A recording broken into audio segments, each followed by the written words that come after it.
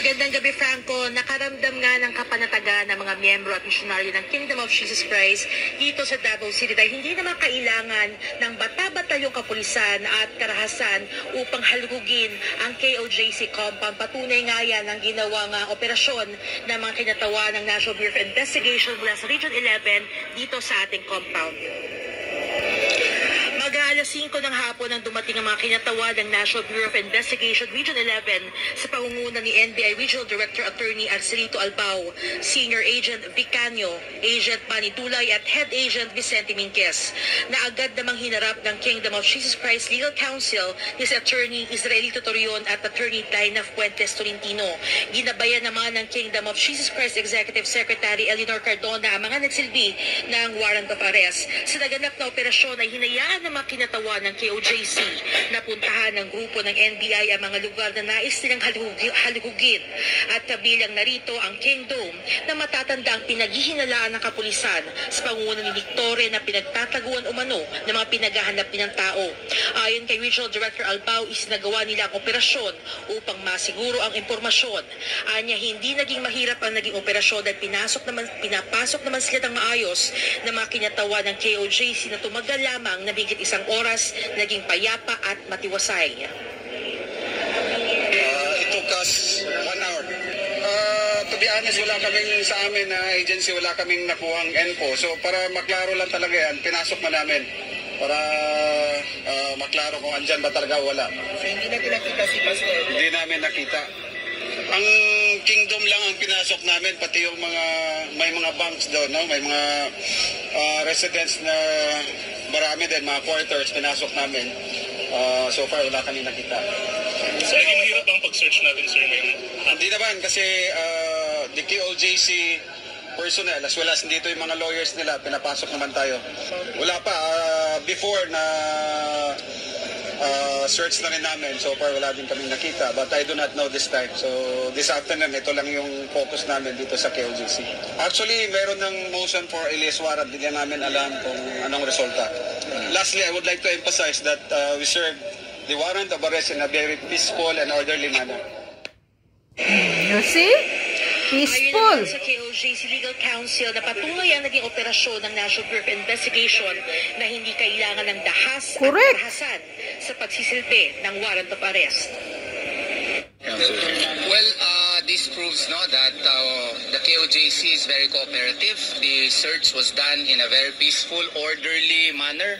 And we hope and pray that the PNP would take notice of the search being conducted this afternoon, that it was conducted properly by elements of and agents of the National Bureau of Investigation. So, hindi kailangan na magdala ka ng maraming armas dito kung mag-cooperate po sila sa amin. No? Wala namang problema yon if they will properly cooperate with us. No need to show force, no need to bring armalites, no need to bring of helicopters, no need to use drones and other armaments po. The KOJC is always cooperative if done pursuant to the rules of court and if done properly. Kaya nga. Pero paalala ni Attorney Torion, hindi na kailangan pang magsilbi ng karagdagang warrant of arrest dahil kapag ginawa pa ito ng kapulisan ay matatawag na itong disservice sa warrant. I think there is no need anymore. That would be the last 7th or 8th times that they would be doing that, and that would be a disservice already to the warrant. It's no longer a service. If they will do that, it will be a disservice to the warrant. Disservice, illegal na, kibali.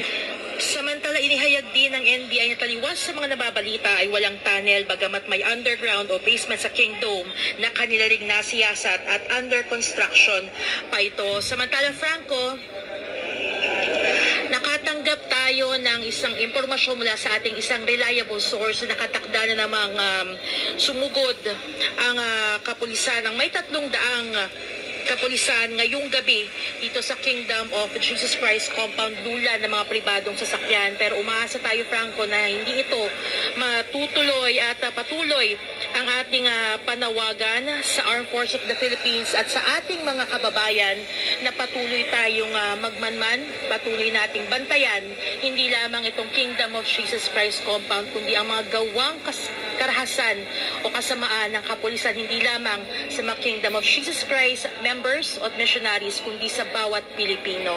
Yan ang pinakahuli. Okay, yeah. You see? Marbil, bakit nakapag-serve ng warrant of arrest ang NBI na walang harassment, matiwasay, maayos, hindi naka-full battle girl? Ganyan ang tamang paraan pag-serve ng warrant of arrest. Kayo kasi, mga PNP na salot, kaya ganyan kayo, naka-full battle girl, pag nag-serve ng warrant of arrest, may drone pa, may helicopter pa, complete gear, dahil may mga masasamang balak ang nasa utak ninyo. Yun. Tori, Marbil, hindi ba kayo nahiya? Hindi ba kayo nahihiya ngayon sa ginagawa ng NBI na maayos at matiwasay na nag-serve ng warrant of arrest? Tinitingnan na nila ang lahat na sinasabi ninyo, mga saguni-guni ninyo na mayroong tunnel, mayroong kung ano-ano doon, wala ang nakita ang NBI. At mayroon daw ginagawa na underground, under construction pa, hindi pa nga tapos. So ano yan? Nagtatago ba si Pastor Quiboloy dyan? Kundi ba may mga bangag yung mga utak ninyo? Kayong mga salot? Hindi kayo nahiya sa sinasabi ng NBI? Ilang beses na kayong nagsiserve? Sabi pa na Attorney Torion, pang 8 beses nyo ng pang-siserve. At itong NBI din, ilang beses na rin ito nakapag-serve ng warrant of arrest. Pero matiwasay naman, maayos naman ang pagsiserve ng NBI, walang harassment, wala nga silang bit-bit na mga armas nila. Dahil kayo kasi, mga pulis na nanghaharas sa QOGC, mga abusado kayo, mga power tripper kayo, mga ginayupak kayo. Utos ng demonyong jutang ginimis ninyo. Yan yun. At may masasamang balak kayo. Kaya kahit nag-serve kayo ng warrant of arrest, nakabit-bit pa kayo ng mga malalaking armas ninyo, naka-full battle girl pa kayo, mayroon pang helicopter, mayroon pang kung ano-anong binibit-bit ninyo. Di ba kayo nahiya sa sarili ninyo? Si Pastor Quiboloy na walang armas, isang tao lang hinahabol ninyo or kung 5 pa yung kasamahan niya, wala naman silang mga armas. Ba't kayo ganyan magsiserve ng warrant of arrest? Kundi mayroon kayong masamang balak sa kanya. Yan ang katotohanan. Pero itong mga NBI na maayos, sumunod sa batas, walang masasamang balak, bakit nakapag-serve ng warrant of arrest na maayos? Nakig-cooperate ang abogado ng QOGC. So, walang komosyon, walang gulo. Yan ang sundin nyo, PNP, Marbil. Ikaw, General Tori at ikaw, Marbil. Yan ang sundin nyo, ang NBI. Hindi kayo magpakasira ulo na lumusob doon na para kayong lumusob sa terorista. Alam ninyo, kayong mga pulis, kayo, Marbil, yung mga tauhan mo na lumusob dito sa QOGC na ganyan yung mga postura ninyo na para kayong lumusob sa ISIS. Sinusumpa kayo ng taong bayan. Yan ang katotohanan. Maraming nagsasabi na may panahon din kayo na maratrat kayo ng mga ISIS. Doon kayo nababagay sa mga ISIS ang titira sa inyo. Sana nga, bombahin kayo ng ISIS.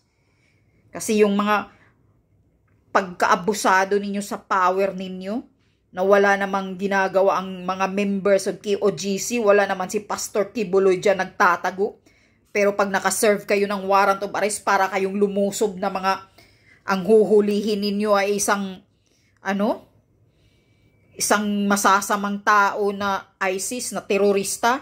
Yan, sila ni Franz Castro, yung mga NPA, yan ang mga terorista, yan ang lusubin ninyo. Na nakasuot kayo ng full battle girl, yung mga drone ninyo, palilipad ninyo doon sa bundok ni Franz Castro, doon sa Rebildi, doon kayo nababagay. Titingnan natin Tapang ninyo, yabang ninyo, mga walang hiya kayo. Mahiya kayo sa ginagawa ng NBI. Maayos ang pag-serve ng NBI. Walang harassment. Wala nga silang bit-bit na mga armas. Mahiya kayo. Mahiya ka, Marbil, at ikaw, Tory.